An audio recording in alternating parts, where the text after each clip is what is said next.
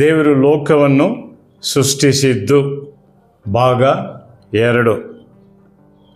ಅದಕ್ಕಿಂತ ಮುಂಚಿತವಾಗಿ ಒಂದು ಹಾಡನ್ನು ಹಾಡ್ತೇನೆ. ಅಶ್ರೇಷ್ಠವಾದ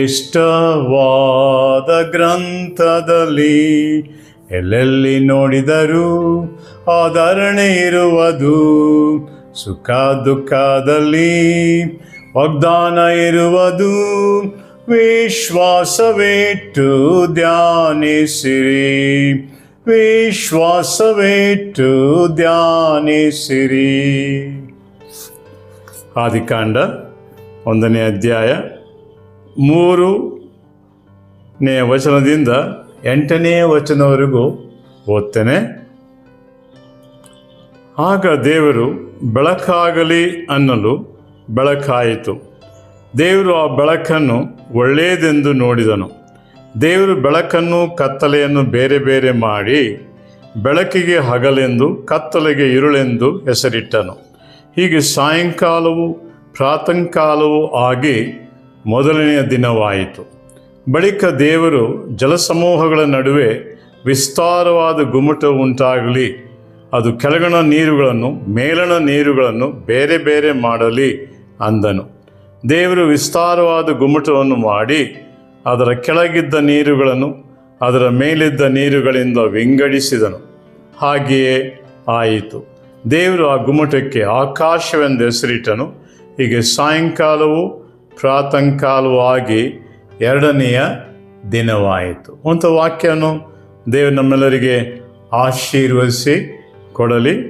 ಇಲ್ಲಿ ದೇವರ ಸೃಷ್ಟಿಯ ಕಾರ್ಯದ ಬಗ್ಗೆ ಇನ್ನಷ್ಟು ವಿವರ ತಿಳಿಸಲ್ಪಟ್ಟಿದೆ.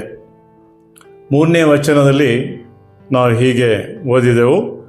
ಆಗ ದೇವರು, ಯಾವಾಗ ದೇವರು ಅಂತಂದರೆ 1ನೇ ವಚನ 2ನೇ ವಚನದಲ್ಲಿ ಆ ಘಟನೆ ನಡೆದ ನಂತರ ದೇವರು ಲೋಕವನ್ನು ಉಂಟು ಮಾಡಿದ, ಪರಿಪೂರ್ಣವಾಗಿ ಉಂಟು ಮಾಡಿದ. ಅದರಲ್ಲಿ ಯಾವುದೇ ವಿಧವಾದಂಥ ಲೋಪ ದೋಷವಿಲ್ಲದೆ ಇತ್ತು. ಆದರೆ ಲೂಸಿಫರನ, ಪ್ರಧಾನ ದೂತನ ಅಂತ ಲೂಸಿಫರನ ಪಾಪದ ನಿಮಿತ್ತವಾಗಿ, ಅಹಂಭಾವ ಗರ್ವ ಎಂಬುವಂಥ ಪಾಪದ ನಿಮಿತ್ತವಾಗಿ ಸೃಷ್ಟಿಯ ಕಾರ್ಯವೆಲ್ಲವೂ ಸಹ ಪತನವಾಗಿ ಹೋಯಿತು.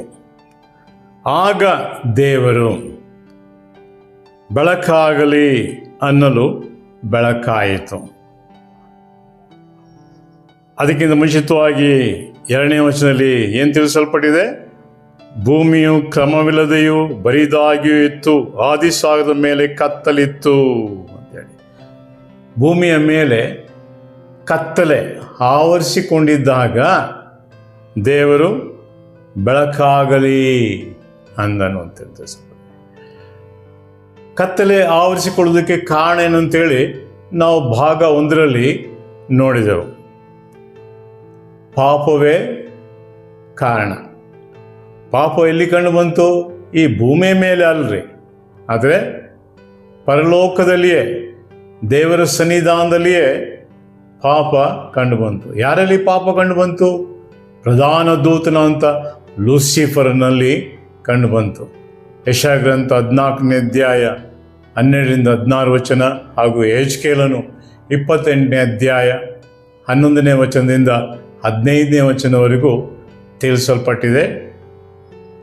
ಆತನು ಹೆಚ್ಚಳಪಟ್ಟ. ದೇವರು ತನಗೆ ಕೊಟ್ಟಂಥ ಆಶೀರ್ವಾದ, ತನಗೆ ಕೊಟ್ಟಂಥ ಸಾಮರ್ಥ್ಯತೆ, ತನಗೆ ಕೊಟ್ಟಂಥ ಜ್ಞಾನ ಮತ್ತು ಹಾಗೂ ಸೌಂದರ್ಯ, ಅದರ ವಿಷಯ ಕೂತು ಸಂತೃಪ್ತನಾಗದೆ, ದೇವರಿಗೆ ಕೃತಜ್ಞತೆ ಸಲ್ಲಿಸದೆ, ತಾನು ದೇವರಿಗಿಂತಲೂ ಉತ್ತಮನು, ಶ್ರೇಷ್ಠ ಅಂತೇಳಿ ಹೆಚ್ಚಳಪಟ್ಟ. ಆಗ ಕತ್ತಲೆ, ಅವನಲ್ಲಿ ಪಾಪ ಕಂಡು ಬಂತು. ಪಾಪದ ಫಲಿತ ಕತ್ತಲೆ ಆವರಿಸಿಕೊಂಡಿತ್ತು. ಇಡೀ ಲೋಕದ ಸೃಷ್ಟಿ ಪತನವಾಗಿ ಹೋಯಿತು. ಅಂಥ ಸಂದರ್ಭದಲ್ಲಿ ಆಗ ದೇವರು ಬೆಳಕಾಗಲಿ ಅನ್ನಲು ಬೆಳಕಾಯಿತು. ದೇವರ ಮಾತಿನಲ್ಲಿ ಸಾಮರ್ಥ್ಯತೆ ಇದೆ. ದೇವರ ಮಾತಿನಲ್ಲಿ ಶಕ್ತಿ ಇರುವಂಥದ್ದಾಗಿದೆ. ಬೆಳಕಾಗಲಿ ಅಂತ ಹೇಳಿದ ಕೂಡಲೇ ಕತ್ತಲೆಯಿಂದ ತುಂಬಿದಂಥ ಪ್ರಪಂಚ ಲೋಕವು ಬೆಳಗಿಸಲ್ಪಟ್ಟಿತು, ಬೆಳಕಾಯಿತು. ಆತನ ಮಾತಿನಲ್ಲಿರುವಂಥ ಒಂದು ಅಧಿಕಾರ, ಸಾಮರ್ಥ್ಯತೆ, ಶಕ್ತಿ ಎಷ್ಟು ಮಟ್ಟಿಗಿದೆ ಅಂತೇಳಿ ನಾವು ಈ ವಚನದಲ್ಲಿ ಧ್ಯಾನಿಸಬಹುದು. ದೇವರು ಬೆಳಕಾಗಿರುವಂತನಾಗಿದ್ದಾನೆ, ಅಗಮ್ಯವಂತ ಬೆಳಕಿನಲ್ಲಿ ವಾಸಿಸುವಂತನಾಗಿ ಬೈಬಲ್ ಗ್ರಂಥದಲ್ಲಿ ಈ ವಿಷಯವ ಕುರಿತು ತಿಳಿಸಲ್ಪಟ್ಟಿದೆ. ಆತನು ವಸ್ತ್ರವನ್ನು ಬೆಳಕನ್ನಾಗಿ ಹೊದ್ದುಕೊಂಡಂಥವನಾಗಿದ್ದಾನೆ. ಆತನ ಮುಖವು ಮಧ್ಯಾಹ್ನದ ಉರಿಬಿಸಿಲಿನ ಹಾಗೆ ಪ್ರಕಾಶಮಾನವಾಗಿ ಉಂಟು. ಅಂತಹ ದೇವರು ಬೆಳಕಾಗಲಿ ಎಂದು ಹೇಳಿದ ಕೂಡಲೇ ಬೆಳಕಾಯಿತು. ಸಮಯ ತೆಗೆದುಕೊಳ್ಳಿಲ್ಲ, ಅದಕ್ಕೆ ಕಾಯುವಂಥ ಅವಶ್ಯಕತೆ ಇರಲಿಲ್ಲ. ಯಾವ ಗಳಿಗೆಯಲ್ಲಿ ದೇವರು ಬೆಳಕಾಗಲಿ ಅಂದನೋ ಅದೇ ಗಳಿಗೆಯಲ್ಲಿ ಬೆಳಕಾಯಿತು. ಬೆಳಕಿನ ಒಂದು ಸೌಂದರ್ಯವನ್ನು ನಾವಿಲ್ಲಿ ಕಾಣುವಂಥವರಾಗಿದ್ದೇವೆ. 3ನೇ ವಚನದಲ್ಲಿ ಬೆಳಕಾಗಲಿ ಅನ್ನಲು ಬೆಳಕಾಯಿತು. ಮತ್ತು ದೇವರು ಆ ಬೆಳಕನ್ನು ಒಳ್ಳೆಯದೆಂದು ನೋಡಿದನು. ಇಲ್ಲಿ ದೇವರ ಗುಣ, ಶ್ರೇಷ್ಠವಂತ ಗುಣ ತಿಳಿಸಲ್ಪಟ್ಟಿದೆ. ಸೃಷ್ಟಿಕರ್ತನಾದಂಥ ದೇವರು ಮಾತ್ರವಲ್ಲ, ಆತನ ಮಾತಿನಲ್ಲಿ ಶಕ್ತಿ, ಸಾಮರ್ಥ್ಯತೆ ಇರುವುದು ಮಾತ್ರವಲ್ಲ, ಆತನು ಒಳ್ಳೆಯ ದೇವರು ಆಗಿದ್ದಾನೆ. ಆತನು ಕೆಟ್ಟದನ್ನು ಬಯಸುವಂಥವನಲ್ಲ, ಕೆಟ್ಟದನ್ನು ಮಾಡುವಂಥವನು ಅಲ್ಲ, ಒಳ್ಳೆಯದನ್ನೇ ಮಾಡುವಂಥ ದೇವರು ಅಂತೇಳಿ ಈ ಸೃಷ್ಟಿಯ ಕಾರ್ಯದಲ್ಲಿ, ಲೋಕದ ಸೃಷ್ಟಿಯ ಕಾರ್ಯದಲ್ಲಿ ದೇವರು ತನ್ನನ್ನು ಪ್ರಕಟಪಡಿಸಿಕೊಂಡಿದ್ದಾನೆ. ದೇವರು ಬೆಳಕನ್ನು ಕತ್ತಲೆಯನ್ನು ಬೇರೆ ಬೇರೆ ಮಾಡಿ ಬೆಳಕಿಗೆ ಹಗಲೆಂದು ಕತ್ತಲೆಗೆ ഇരുಳೆಂದು ಹೆಸರಿಟ್ಟನು. ಈಗ ದೇವರು ಬೆಳಕನ್ನು ಕತ್ತಲೆಯನ್ನು ಬೇರೆ ಬೇರೆ ಮಾಡುವಂಥ ಒಂದು ದೃಶ್ಯವನ್ನು ನಾವಿಲ್ಲಿ ಕಾಣುವಂಥವರಾಗಿದ್ದೇವೆ. ಯಾಕೆಂದರೆ ದೇವರು ಕತ್ತಲೆಯನ್ನು ಇಷ್ಟಪಡುವಂಥವನಲ್ಲ, ಬೆಳಕನ್ನೇ ಆತನು ಇಷ್ಟಪಡುವಂಥವನಾಗಿದ್ದಾನೆ. ಯಾಕಂದರೆ ಆತನು ಬೆಳಕಾಗಿದ್ದಾನೆ. ಬೆಳಕು ಆಗಲಿ ಅಂಥೇಳಿ ಆತನು ಆಜ್ಞಾಪಿಸಿದ ಕೂಡಲೇ ಬೆಳಕಾಯಿತು. ಬೆಳಕನ್ನು ಕತ್ತಲೆಯನ್ನು ಬೇರೆ ಬೇರೆ ಮಾಡಿದ. ಆ ಬೆಳಕಿಗೆ ಒಂದು ಹೊಸ ಹೆಸರನ್ನು ಆತನು ಕೊಟ್ಟ. ಏನು? ಬೆಳಕಿಗೆ ಹಗಲೆಂದು, ಕತ್ತಲೆಗೆ ഇരുಳೆಂದು ಹೆಸರಿಟ್ಟನು ಅಂತ ಹೇಳ್ತಾರೆ. ನೋಡಿ, ಬೆಳಕಿಗೆ ಒಂದು ಹೊಸದಾದಂಥ ಹೆಸರು ಕೊಡಲ್ಪಟ್ಟಿರುವುದನ್ನು ನಾವಿಲ್ಲಿ ಕಾಣುವಂಥವರಾಗಿದ್ದೇವೆ. ಈ ಸೃಷ್ಟಿಯ ಮೊದಲನೇ ದಿವಸ ಹೀಗೆ ಸಾಯಂಕಾಲವೂ ಪ್ರಾತಃಕಾಲವೂ ಆಗಿ ಮೊದಲನೆಯ ದಿನವಾಯಿತು ಅಂಥೇಳಿ ತಿಳಿಸಲ್ಪಟ್ಟಿದೆ. ದೇವರು ಮಾಡಿದಂಥ ಆ ಕಾರ್ಯದಲ್ಲಿ, ಸೃಷ್ಟಿಯ ಕಾರ್ಯದಲ್ಲಿ ಅದನ್ನು ದೇವರು ಲೆಕ್ಕಿಸಿದ ಮೊದಲನೆಯ ದಿವಸವಾಯಿತು ಅಂತೇಳಿ. ಮೊದಲನೇದಾಗಿ ದೇವರು ಬೆಳಕನ್ನು ಉಂಟು ಮಾಡುವಂತನಾಗಿದ್ದಾನೆ. ಯಾವಾಗ ಆತನು ಬೆಳಕನ್ನುಂಟು ಮಾಡಿದ? ಕತ್ತಲೆ ಇರುವಾಗ. ಇದರಲ್ಲಿ ನಾವು ಇದನ್ನು ಇನ್ನೂ ಅಷ್ಟು ಚಂದವಾಗಿ ಅರ್ಥ ಮಾಡಿಕೊಳ್ಳಬೇಕಾದರೆ, ಈ ಸೃಷ್ಟಿ ಯಾವ ರೀತಿ ಪತನವಾಗಿ ಹೋಯಿತೋ ಅದೇ ರೀತಿಯಲ್ಲಿ ಮಾನವನ ಜೀವಿತವೂ ಸಹ ಪತನವಾಗಿ ಹೋಗುವುದನ್ನು ನಾವು ಕಾಣುವಂಥವರಾಗಿದ್ದೇವೆ. ದೇವರು ಮಾನವನನ್ನು ಉಂಟು ಮಾಡಿದ. ಹೇಗೆ ಉಂಟು ಮಾಡಿದ? ಮಣ್ಣಿನಿಂದ ಆತನು ಒಂದು ಆಕಾರ ಕೊಟ್ಟು ಜೀವಶ್ವಾಸವನ್ನು ಊದಿದ. ಆಗ ಮನುಷ್ಯನು ಬದುಕುವ ಪ್ರಾಣಿಯಾದನು ಅಂತ ಹೇಳ್ತಾರೆ. ಆದಿಕಾಂಡ 1ನೇ ಅಧ್ಯಾಯ 26ನೇ ವಚನದಲ್ಲಿ ಮಾನವನನ್ನು ಉಂಟು ಮಾಡೋದಕ್ಕಿಂತ ಮುಂಚಿತವಾಗಿ ದೇವರೊಂದು ಯೋಜನೆ, ಒಂದು ಪ್ರಣಾಳಿಕೆಯನ್ನು ಇಟ್ಟುಕೊಂಡವನಾಗಿದ್ದ. ಏನದು ಯೋಜನೆ? ನಮ್ಮ ಸ್ವರೂಪದಲ್ಲಿ, ನಮ್ಮ ಹೋಲಿಕೆಯ ಮೇರೆಗೆ ಮನುಷ್ಯನನ್ನು ಸರಿಯಾಗಿ ಉಂಟು ಮಾಡೋಣ ಅಂತೇಳಿ ಅಂದುಕೊಂಡು ಆತನು ತನ್ನ ಸ್ವರೂಪದಲ್ಲಿ ತನ್ನ ಹೋಲಿಕೆಯ ಮೇರೆಗೆ ಮಾನವನನ್ನು ಉಂಟು ಮಾಡಿದ. ಅಂದರೆ ದೇವರು ಯಾವ ರೀತಿ ಹೇಗೆ ತ್ರೇಕತ್ವವುಳ್ಳಂಥ ದೇವರಾಗಿದ್ದಾನೋ ಅದೇ ರೀತಿಯಲ್ಲಿ ಮನುಷ್ಯನೂ ಸಹ 3 ಭಾಗವಾಗಿ ವಿಭಾಗಿಸಿದ. ಮನುಷ್ಯನಲ್ಲಿ ಆತ್ಮ, ಪ್ರಾಣ, ಶರೀರ ಎಂಬುವಂಥ 3 ಅಂಶಗಳನ್ನು ನಾವು ನೋಡುವಂಥವಾಗಿದ್ದೇವೆ. ದೇವರು ಹೇಳಿದ, ನಮ್ಮ ಸ್ವರೂಪದಲ್ಲಿ ನಮ್ಮ ಹೋಲಿಕೆಯ ಮೇರೆಗೆ ಸರಿಯಾಗಿ ಮಾನವನನ್ನು ಉಂಟು ಮಾಡೋಣ. ಹಾಗಾದರೆ ದೇವರು ಹೇಗೆ ತ್ರಿಏಕತ್ವವುಳ್ಳಂಥ ದೇವರಾಗಿದ್ದಾನೋ, ತಂದೆಯಾದ ದೇವರು, ಮಗನಾದ ದೇವರು, ಪರಿಶುದ್ಧಾತ್ಮ ದೇವರು ಅಂತೇಳಿ ಬೈಬಲ್ ಗ್ರಂಥ ತಿಳಿಸುವಂಥದ್ದಾಗಿದೆ. ಹಾಗಾದರೆ ಅವರು 3 ಒಬ್ಬರೇ. ಹೇಗೆ ಹೇಳ್ಬೋದು? ತಂದೆಯಾದ ದೇವರಲ್ಲಿ ಮಗನಾದ ದೇವರು, ಪರಿಶುದ್ಧಾತ್ಮ ದೇವರು ನಿವಾಸಿಸುವಂಥವರಾಗಿದ್ದಾರೆ. ಮಗನಾದ ದೇವರಲ್ಲಿ ತಂದೆಯಾದ ದೇವರು ಹಾಗೂ ಪರಿಶುದ್ಧಾತ್ಮ ದೇವರು ನಿವಾಸ ಮಾಡುವಂತನಾಗಿದ್ದಾನೆ.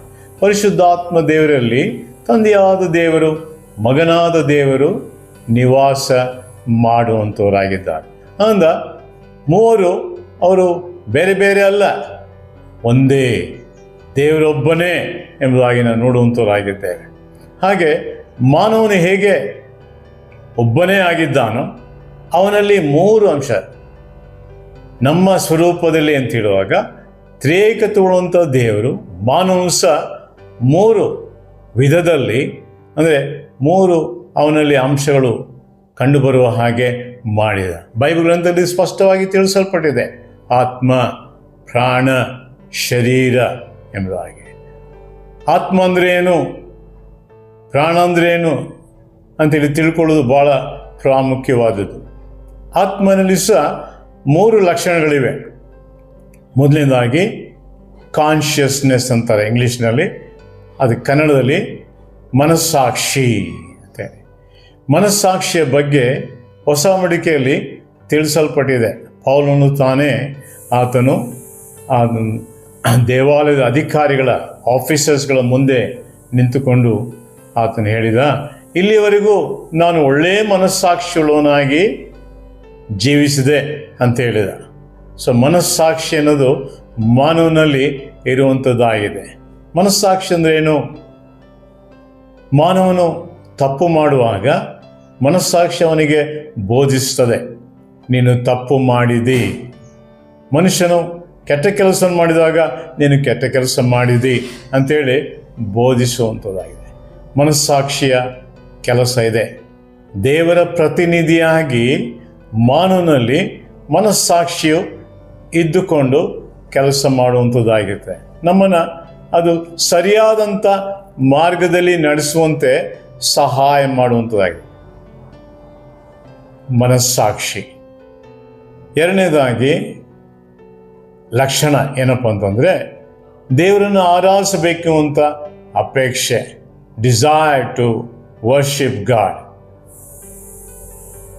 ಯೇಸು ಸ್ವಾಮಿ ಯೋಹಾನ ಸುವಾರ್ತೆ 4ನೇ ಅಧ್ಯಾಯ 24ನೇ ವಚನದಲ್ಲಿ ಹೇಳಿದ, ದೇವರು ಆತ್ಮಸ್ವರೂಪನು, ಆತನನ್ನು ಆರಾಧಿಸುವವರು ಆತ್ಮೀಯ ರೀತಿಯಲ್ಲಿ ಸತ್ಯಕ್ಕೆ ತಕ್ಕ ಹಾಗೆ ಆರಾಧಿಸಬೇಕು ಅಂತೇಳಿ. ಸೊ ಆತ್ಮದಲ್ಲಿ ನಾವು ದೇವರನ್ನು ಆರಾಧಿಸುವಂಥವರಾಗಿರಬೇಕು. ಶರೀರಕ್ಕನುಸಾರವಾಗಿ ಆರಾಧನೆ ಮಾಡುವುದಾದರೆ ಅದು ದೇವರಿಗೆ ಸಲ್ಲುವಂಥದ್ದಲ್ಲ. ಯಾಕಂದರೆ ಯೇಸು ಸ್ವಾಮಿ ತಾನೇ ಸ್ವತಃ ಹೇಳಿದಂಥ ಮಾತು, ಆರಾಧಿಸಬೇಕು, ದೇವರನ್ನು ಆರಾಧಿಸಬೇಕೆಂಬುವಂಥ ಒಂದು ಆಶೆ ಆತ್ಮನಲ್ಲಿ ಕಂಡುಬರುವಂಥದ್ದಾಗಿದೆ. ಎರಡನೇ ಲಕ್ಷಣ.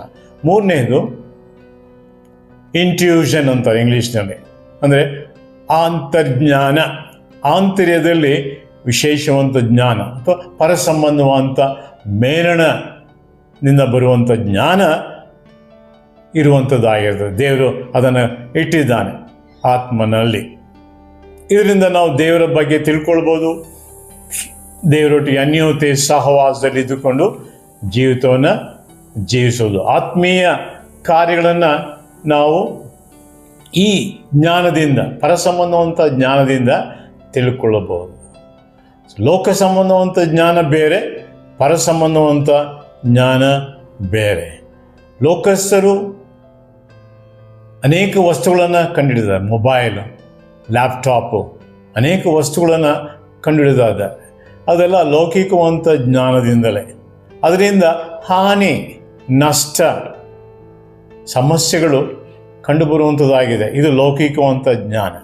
ಅದೇ ಪರಸಂಬಂಧವಂತ ಜ್ಞಾನದಿಂದ ಯಾವುದೇ ಇರುವಂಥ ನಷ್ಟ, ಹಾನಿ ಅಥವಾ ಸಮಸ್ಯೆಗಳು ಇರಲಾರದು. ಪರಸಂಬಂಧವಂತ ಜ್ಞಾನ ಯಾವುದು ಅಂಥೇಳಿ, ಲೌಕಿಕವಂತ ಜ್ಞಾನ ಯಾವುದು ಅಂಥೇಳಿ ಯಾಕೋಬನು ತನ್ನ ಪತ್ರಿಕೆಯಲ್ಲಿ ತಿಳಿಸುವಂತನಾಗಿದ್ದಾನೆ. 3ನೇ ಅಧ್ಯಾಯ ನಾವು 16ರಿಂದ 18, 19 ವಚನ ಓದಿ ನೋಡೋದಾದರೆ ಲೌಕಿಕ ಜ್ಞಾನದ ವಿಷಯ ಕುರಿತು ಹಾಗೂ ಪರಸಂಬಂಧವಂತ ಜ್ಞಾನದ ವಿಷಯ ಕುರಿತು ಯಾಕೋಬನು ಆ ಪತ್ರಿಕೆಯಲ್ಲಿ ವಿವರವಾಗಿ ತಿಳಿಸಿದ್ದಾನೆ. ಮೇಲಿನಿಂದ ಬರುವಂಥ ಜ್ಞಾನ ಪರಿಶುದ್ಧವಾದದ್ದು, ಸಮಾಧಾನಕರವಾದದ್ದು. ಹೌದು, ಅದರ ಬಗ್ಗೆ 19ನೇ ವಚನದಲ್ಲಿ ತಿಳಿಸಲ್ಪಡುವುದನ್ನು ನಾವು ನೋಡುವಂಥದ್ದಾಗಿದೆ. ಸೊ ಆಂತರ್ಯದಲ್ಲಿರುವಂಥ ನಮ್ಮ ಆತ್ಮದಲ್ಲಿರುವಂಥ 3ನೇ ಲಕ್ಷಣ ಅಂತರ್ಜ್ಞಾನ. ಹಾಗೆ ಪ್ರಾಣದಲ್ಲಿ ಸಹ 3 ಅಂಶಗಳಿವೆ.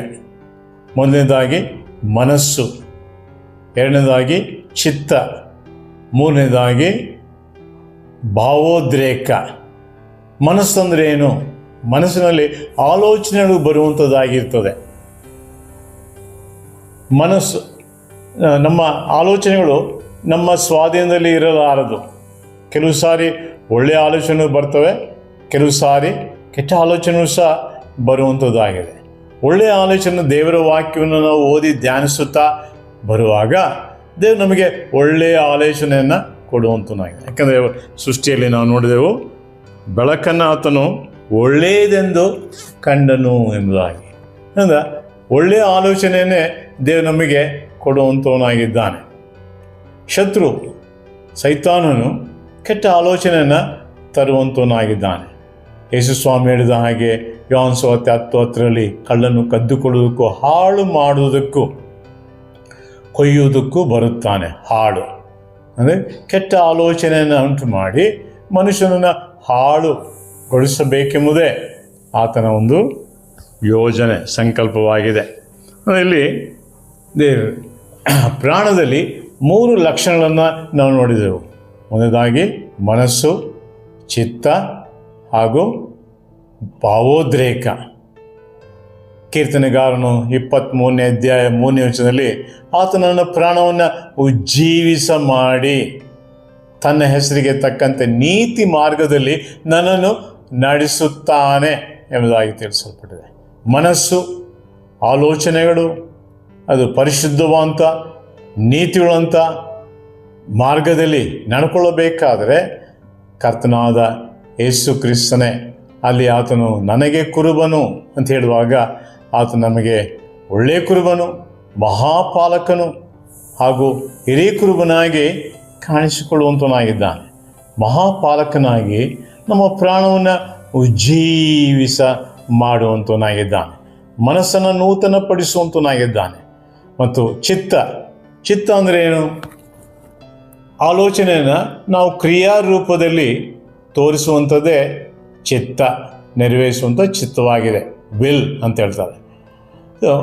ದೇವರ ಚಿತ್ತವನ್ನೇ ನಾವು ಮಾಡುವಂಥವರಾಗಿರ್ಬೇಕು. ಅದೇ ಆದಿಮಾನವನು ದೇವರ ಚಿತ್ತವನ್ನು ಮಾಡದೆ ತನ್ನ ಸ್ವಂತ ಚಿತ್ತ ಅಥವಾ ಬೇರೆಯವರ ಚಿತ್ತ, ಶತ್ರು ಸೈತಾನನ ಚಿತ್ತವಂತೆ ಮಾಡಿದ. ಇದರಿಂದ ದೊಡ್ಡ ನಷ್ಟ ಸಂಭವಿಸಿತು, ಪತನವಾಗಿ ಹೋಯಿತು. ಸೃಷ್ಟಿ ಹೇಗೆ ಪತನವಾಗಿ ಹೋಯಿತು ಪಾಪದ ನಿಮಿತ್ತವಾಗಿ, ಅದೇ ರೀತಿಯಲ್ಲಿ ಮಾನವ ಜೀವಿತವೂ ಸಹ ಪತನವಾಗಿ ಹೋಯಿತು. ಅವನ ಆಲೋಚನೆಯೆಲ್ಲ ಕೆಟ್ಟ ಆಲೋಚನೆಗಳೇ. ಒಳ್ಳೆಯ ಆಲೋಚನೆ ಮಾಡಲಾರ ಮನುಷ್ಯನು. ಮತ್ತು ಒಳ್ಳೆಯ ರೀತಿಯಲ್ಲಿ ಆತನು ನಡ್ಕೊಳ್ಳೋನು. ಆತನ ಆಲೋಚನೆ, ಆತನ ಮಾತುಗಳು, ಆತನ ಕ್ರಿಯೆಗಳು, ನಡತೆಗಳೆಲ್ಲ ಕೆಟ್ಟವುಗಳಾಗಿವೆ. ದೇವರ ವಾಕ್ಯ ಹೇಳ್ತದೆ ರೋಮಪತ್ರಿಕೆ 3:23 ಯಾವ ಭೇದವಿಲ್ಲ, ಎಲ್ಲರೂ ಪಾಪ ಮಾಡಿ ದೇವರ ಮಹಿಮೆಯನ್ನು ಹೊಂದದೆ ಹೋಗಿದ್ದಾರೆ. ದೇವರ ಅನ್ಯೋನ್ಯತೆ ಸಹವಾಸವನ್ನು ಕಳಕೊಂಡವರಾಗಿದ್ದಾರೆ. ಇದಕ್ಕೆ ಕಾರಣ ಏನು? ಪಾಪವೇ ಕಾರಣ. ಹೇಗೆ ಸೈತಾನನು ಸೃಷ್ಟಿಯನ್ನು ಆತನು ಕತ್ತಲೆಯಿಂದ ತುಂಬಿಸಿದನು. ಆದರೆ ದೇವರಲ್ಲಿ ಬೆಳಕಾಗಲಿ ಅಂತ ಹೇಳಿದ, ಬೆಳಕಾಯಿತು. ಅಂದರೆ ಕತ್ತಲೆಯನ್ನು ದೇವರು ನಿವಾರಣೆ ಮಾಡಿ ಬೆಳಕನ್ನುಂಟು ಮಾಡಿದ. ಇದರಲ್ಲಿ ಕತ್ತಲೆ ಪಾಪಕ್ಕೆ ಸಾದೃಶ್ಯವಾಗಿದೆ, ಬೆಳಕು ರಕ್ಷಣೆಗೆ ಸಾದೃಶ್ಯವಾಗಿದೆ. ಯೇಸು ಕ್ರಿಸ್ತನು ಆತನು ಯೋಹಾನ ಸುವಾರ್ತೆ 1ನೇ ಅಧ್ಯಾಯದಲ್ಲಿ ಕೆಲವು ವಚನವನ್ನು ನಾವು ಓದಿ ನೋಡುವುದಾದರೆ ಬೆಳಕಿನ ವಿಷಯ ಕುರಿತು ತಿಳಿಸಲ್ಪಟ್ಟಿದೆ. ಆತನಲ್ಲಿ ಬೆಳಕಿತ್ತು, ಆ ಬೆಳಕು ಜೀವನುಂಟು ಮಾಡಿತು ಅಂತೇಳಿ ತಿಳಿಸಲ್ಪಟ್ಟಿದೆ. ಎಲ್ಲಿ ಬೆಳಕಿರುವಂಥದ್ದಾಗಿದೆಯೋ ಅಲ್ಲಿ ಜೀವ ಕಂಡುಬರುವಂಥದ್ದಾಗಿದೆ. ಎಲ್ಲಿ ಕತ್ತಲೆ ಇರುವಂಥದ್ದಾಗಿದೆಯೋ ಅಲ್ಲಿ ಮರಣ ಇರುವಂಥದ್ದಾಗಿದೆ. ಅಂದ ಮಾನವನು, ದೇವರು ಮಾನವನು ಉಂಟು ಮಾಡಿದಾಗ ಮನುಷ್ಯನು ದೇವರ ಚಿತ್ತದಂತೆ ಮಾಡದೆ ತನ್ನ ಚಿತ್ತದಂತೆ ಮಾಡೋದ್ರಿಂದ ದೇವರು ಮುಂಚಿತವಾಗಿ ಎಚ್ಚರಿಸಿದ, ನೀನು ಈ ಮರದ ಹಣ್ಣನ್ನು ತಿನ್ನುವುದಾದರೆ ತಿಂದ ದಿನವೇ ಸಾಯುವಿ ಎಂಬುದಾಗಿ ಎಚ್ಚರಿಸಿದ. ಆದರೂ ಮಾನವನು ದೇವರ ಮಾತನ್ನು ಅಲಕ್ಷಿಸಿದ ಭಾವನೆಯಿಂದ ಕಂಡವನಾಗಿ ಅದಕ್ಕೆ ಅವಿಧೇಯತೆಯನ್ನು ತೋರಿಸಿದ.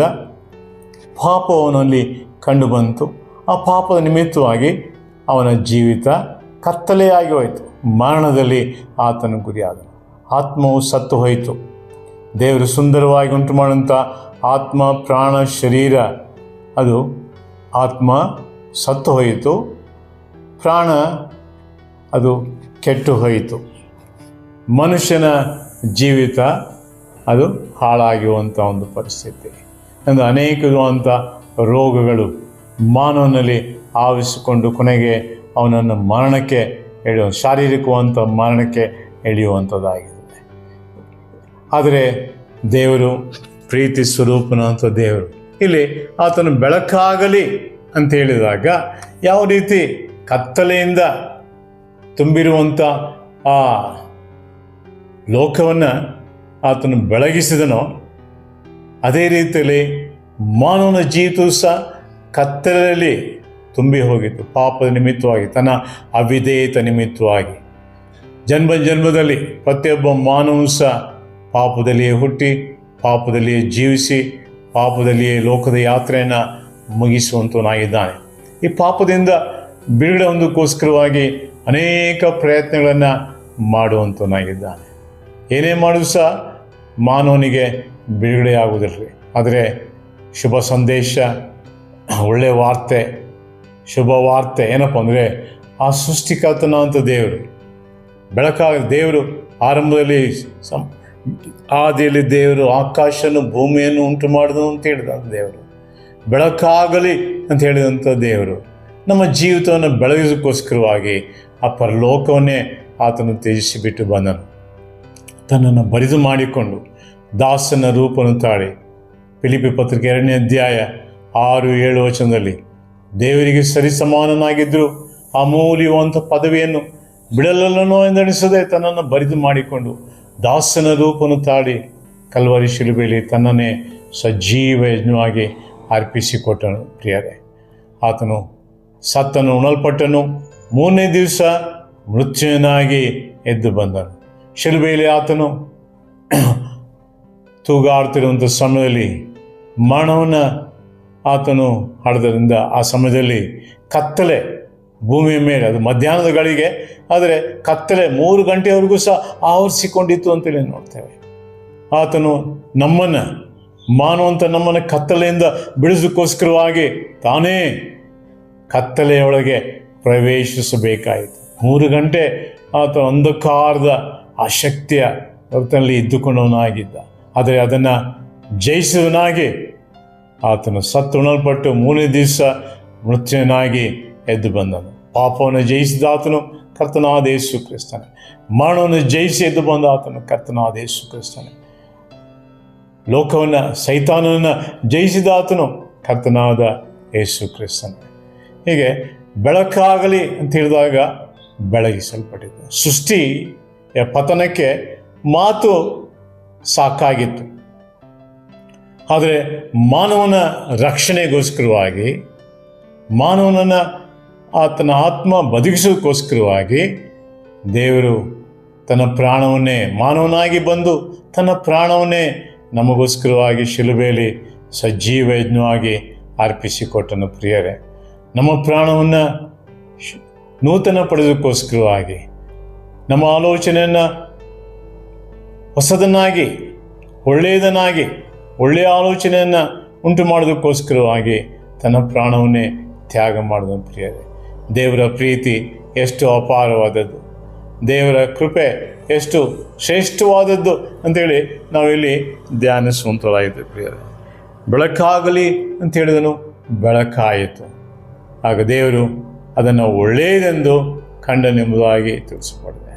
ಆ ಬೆಳಕಿಗೆ ಹಗಲೆಂದು, ರಾತ್ರಿಗೆ ഇരുಳೆಂದು ಹೆಸರಿಟ್ಟನು ಎಂದು ತಿಳಿಸ್ತಾರೆ.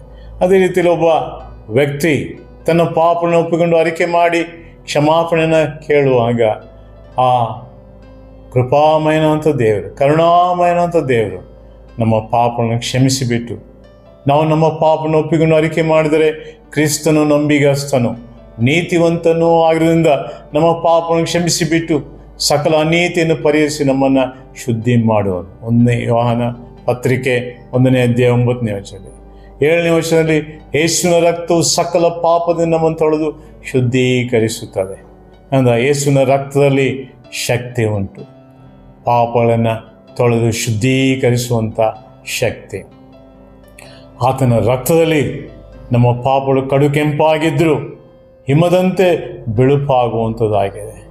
ಆತನ ರಕ್ತದ ಶಕ್ತಿಯ ಪ್ರಭಾವದಲ್ಲಿ ನಮ್ಮ ಮನಸ್ಸಾಕ್ಷಿ ಶುದ್ಧೀಕರಿಸಲ್ಪಡುವಂಥದ್ದಾಗಿದೆ.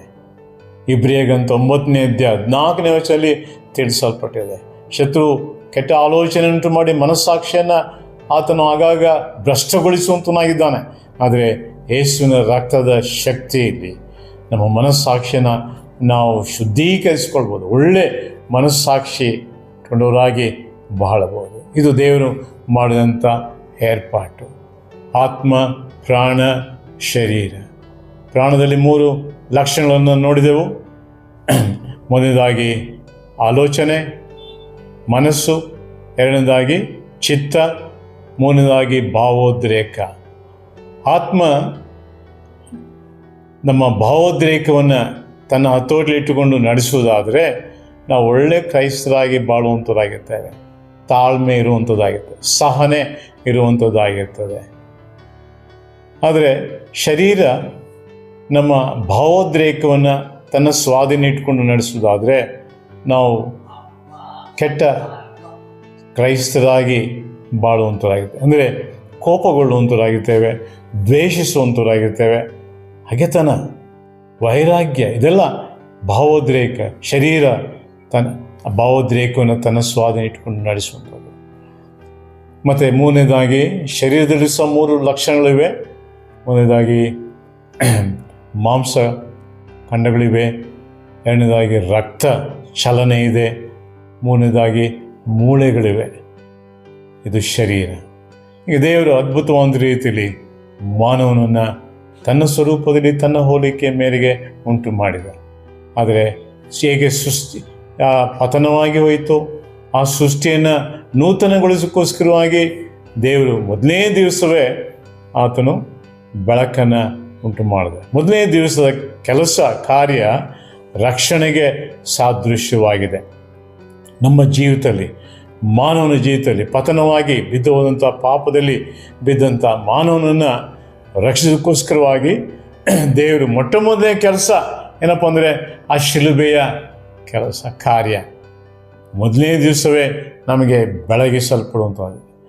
ಆತನ ಸೃಷ್ಟಿಯ ಕಾರ್ಯವನ್ನು ಇಲ್ಲಿ ಮೊದಲನೇ ದಿವಸದಲ್ಲಿ ನಾವು ಕೆಲವು ಆಲೋಚನೆಗಳಿಂದ ಕಾಣುವಂಥವರಾಗಿದ್ದೇವೆ.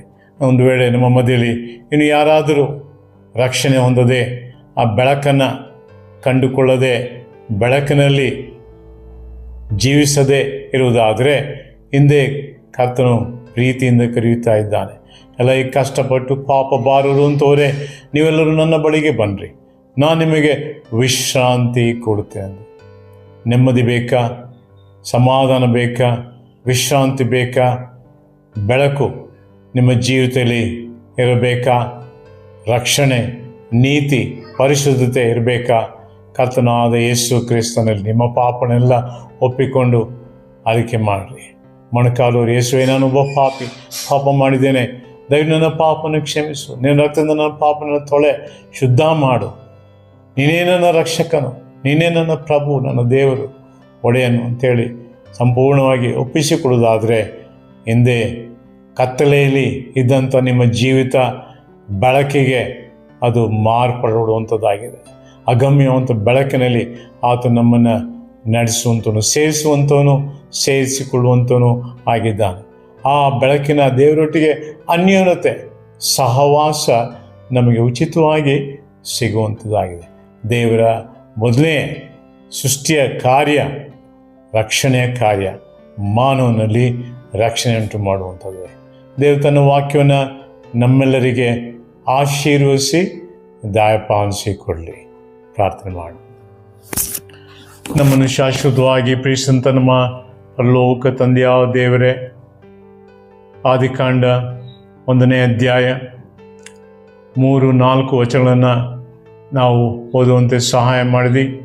ಆದರೆ 3ನೇ ವಚನದಲ್ಲಿ ಸೃಷ್ಟಿಯ ಆರಂಭ, ಮೊದಲನೇ ದಿವಸದ ಕಾರ್ಯ ಏನೆಂಬುದಾಗಿ ಕುರಿತು ಸ್ಪಷ್ಟವಾಗಿ ತಿಳಿಸಲ್ಪಟ್ಟಿದೆ. ಪತನವಾಗಿ ಆಗ ದೇವರು ಅಂತೇಳಿ ಆರಂಭಿಸುವಂಥದ್ದಾಗಿದೆ.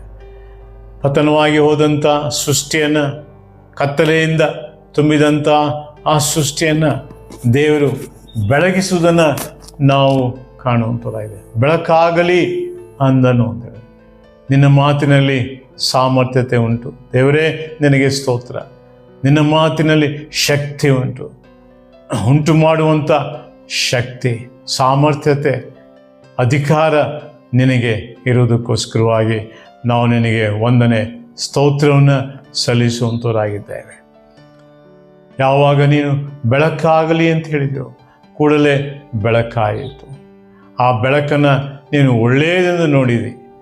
ಬೆಳಕಿಗೆ ಹಗಲೆಂದು ಹಾಗೂ ಇರುಳಿಗೆ ರಾತ್ರಿ ಎಂದು ಹೆಸರಿಟ್ಟಿ. ಅದೇ ರೀತಿಯಲ್ಲಿ ಮಾನವನ ಜೀವಿತ ಪಾಪ ಮಾಡಿದಿಂದ ಕತ್ತಲೆ ತುಂಬಿ ಹೋಗಿತ್ತು. ಈ ಕತ್ತಲೆಯಿಂದ ಬಿಡಿಸೋಕ್ಕೋಸ್ಕರವಾಗಿ ನೀನು ಬೆಳಕಾಗಿರುವ ಆತನು ಈ ಲೋಕಕ್ಕೆ ಬಂದು, ನಾನೇ ಲೋಕಕ್ಕೆ ಬೆಳಕಾಗಿದ್ದೇನೆ, ನನ್ನನ್ನು ಅನುಸರಿಸಿ ನಡೆಯುವನು ಕತ್ತಲೆಯಲ್ಲಿ ನಡೆಯದೆ ಜೀವ ಕೊಡುವ ಬೆಳಕನ್ನು ಹೊಂದಿದವನು ಆಗಿರುವನು ಅಂತ ಹೇಳಿದ್ವಿ. ವಂದನೆಗಳು, ಸ್ತೋತ್ರ ರಾಜ. ಹೀಗಾಗಿ ಕತ್ತಲೆಯಲ್ಲಿ ವಾಸಿಸುತ್ತಾ ಇರುವಂಥ ಜನರಿಗೋಸ್ಕರವಾಗಿ ಪ್ರಾಸ್ತ ಕರ್ತನೆ, ಅವರನ್ನು ಕರುಣಿಸು ಕರ್ತನೆ, ಕಟಾಕ್ಷಿಸು. ಅವರ ಕಣ್ಣುಗಳನ್ನು ತೆರೆಯ ಮಾಡು. ಬೆಳಕನ್ನು ಅವರು ಕಂಡುಕೊಳ್ಳುವಂತೆ, ಸತ್ಯವನ್ನು ಅವರು ಅರ್ಥ ಮಾಡಿಕೊಳ್ಳುವಂತೆ, ಗ್ರಹಿಸಿಕೊಳ್ಳುವಂತೆ ಸಹಾಯ ಮಾಡು. ಪಶ್ಚಾತ್ತಾಪದ ಹೃದಯವನ್ನು ದಯಪಾಲಿಸಿಕೊಡು. ತಮ್ಮ ಪಾಪನ ಒಪ್ಪಿಕೊಂಡು ಅರಿಕೆ ಮಾಡಿಕೊಳ್ಳುವಂತೆ ಸಹಾಯ ಮಾಡು. ಅವರ ಜೀವಿತವು ಬೆಳಗಿಸಲ್ಪಡುವಂತೆ, ಹೇಗೆ ಸೃಷ್ಟಿಯನ್ನು, ಪತನವಾಗಿ ಹೋದಂಥ ಸೃಷ್ಟಿಯನ್ನು ಬೆಳಗಿಸಿದೆಯೋ ಅದೇ ರೀತಿಯಲ್ಲಿ ಮಾನವ ಜೀವಿತವನ್ನು ಸಹ ಬೆಳಗಿಸಬೇಕಾಗಿ ಪ್ರಾರ್ಥಿಸ್ತೇವೆ. ಮತ್ತು ಹೊಸ ಹೆಸರು, ಹೌದು, ನಮಗೆ ಹೊಸ ಹೆಸರನ್ನು ಕೊಡುವಂತನಾಗಿದ್ದಿ.